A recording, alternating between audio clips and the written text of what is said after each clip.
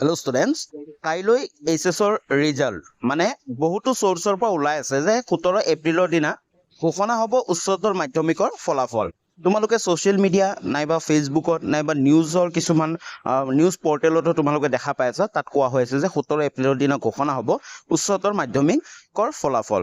বহুতো ইউটিউব চেনেলবোৰতো এনেকুৱা লিখা আহি আছে যে মুখ্যমন্ত্ৰীয়ে কৰিলে ডাঙৰ ঘোষণা, কালি মানে 17 এপ্ৰিলত ঘোষণা কৰা হ'ব এইচএছৰ ফলাফল।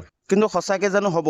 কিন্তু ইয়াৰ ওপৰত ৰিচেণ্টলি এই অলপমান আগতে আহিল আমাৰ শিক্ষামন্ত্ৰী ৰণোজ পেগু ডাঙৰীয়াৰ এটা টুইট, য'ত কিন্তু তেওঁ ক'লে যে অহাকালিলৈ মানে 17 এপ্ৰিলত এইচএছৰ ৰিজাল্ট ঘোষণা কিন্তু নহয়। এইটো এটা কমপ্লিটলি উৰা বাতৰি হয়, কমপ্লিটলি ৰুমাৰ্ছ হয়। তোমালোকে চাব পাৰা ৰণোজ পেগু ডাঙৰীয়াই তোমালোকে ফেচবুকত গৈ চাই ল'ব পাৰা, তাত লিখি দিছে যে HS exam result will not be declared tomorrow, this is a rumours. মানে অহাকালিলৈ মানে 17 এপ্ৰিলৰ দিনা এইচএছৰ ৰিজাল্ট ঘোষণা নহয়। এইটো এটা কি হয়? ৰুমাৰ হয়, উৰা বাতৰি হয়, মিছা কথা হয়। জাষ্ট এনেই টুইটবোৰ কৰি আছিল। ৰিজাল্টৰ প্ৰকৃত খবৰ কিন্তু অফিচিয়েলি আহিব। এতিয়ালৈ কোনো ধৰণৰ অফিচিয়েলি আপডেট অহা নাই। তো যেতিয়া অফিচিয়েলি আপডেট আহিব তেতিয়া ৰণোজ পেগু ডাঙৰীয়াই হওক বা আমাৰ মুখ্যমন্ত্ৰী ডাঙৰীয়াই হওক নাইবা বৰ্ডৰ ফালৰ পৰা কিন্তু নটিফিকেশ্যন।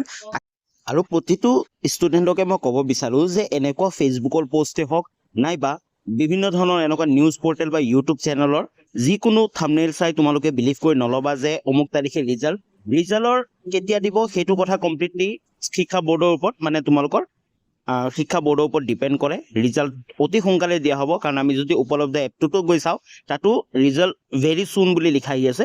তো যেতিয়া আপডেট আহে তোমালোকে অফিচিয়েল আপডেট চাইহে তোমালোকে গম পাবা যে ৰিজাল্ট আহিব। তো আজিলৈ ইমানখিনি আছিল। প্ৰকৃত ৰিজাল্টৰ আপডেটবোৰ পাই থাকিবৰ কাৰণে আমাৰ এই চেনেলটো ছাবস্ক্ৰাইব কৰি ৰাখিবা।